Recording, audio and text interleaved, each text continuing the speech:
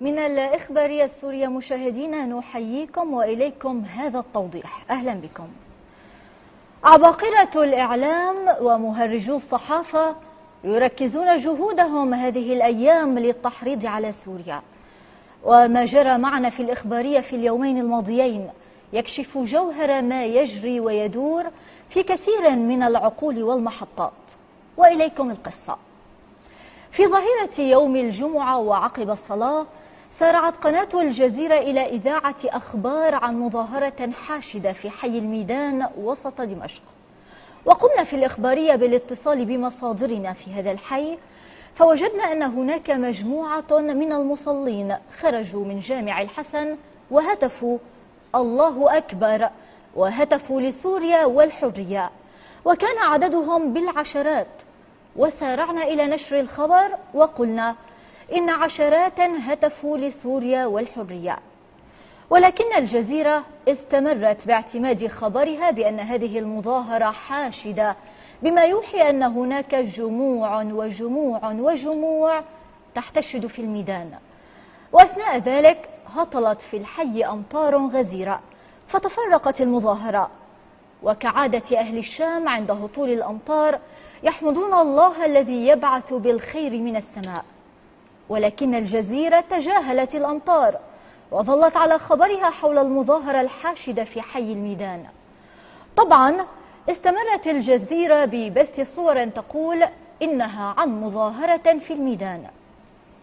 عندها وللتفاعل الإخباري الإيجابي ولكشف الحقيقة وضعنا على الشاشة خبرا عما يجري لحظتها في الميدان. قلنا فيه: أهالي حي الميدان يشكرون ربهم على الأمطار الشديدة التي هطلت، بينما الجزيرة ما زالت تنقل صورا تقول إنها لمظاهرة في الميدان. إلى هنا انتهى خبرنا الذي نقلناه. طبعا الجزيرة لم تعقب، لكن صحفيا سوريا يستغرب جريمة أهالي الميدان بحمد ربهم على المطر، وتتفتق ظرافته فيسخر من الإخبارية لأنها قالت إن الأمطار هطلت عندما هطلت.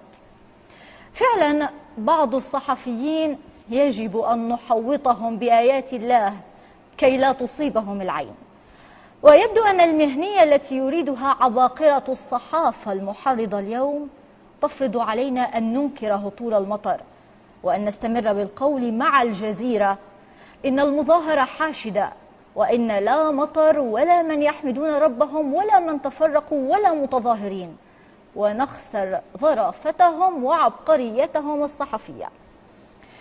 بالفعل اللي استحوا ماتوا، لك المطر نزلت بدكم نقول ما نزلت، ولك المظاهرات بالعشرات وتفرقت من المطر، ولك أهلنا وأهل الميدان بيشكروا ربهم كل ما نزل المطر.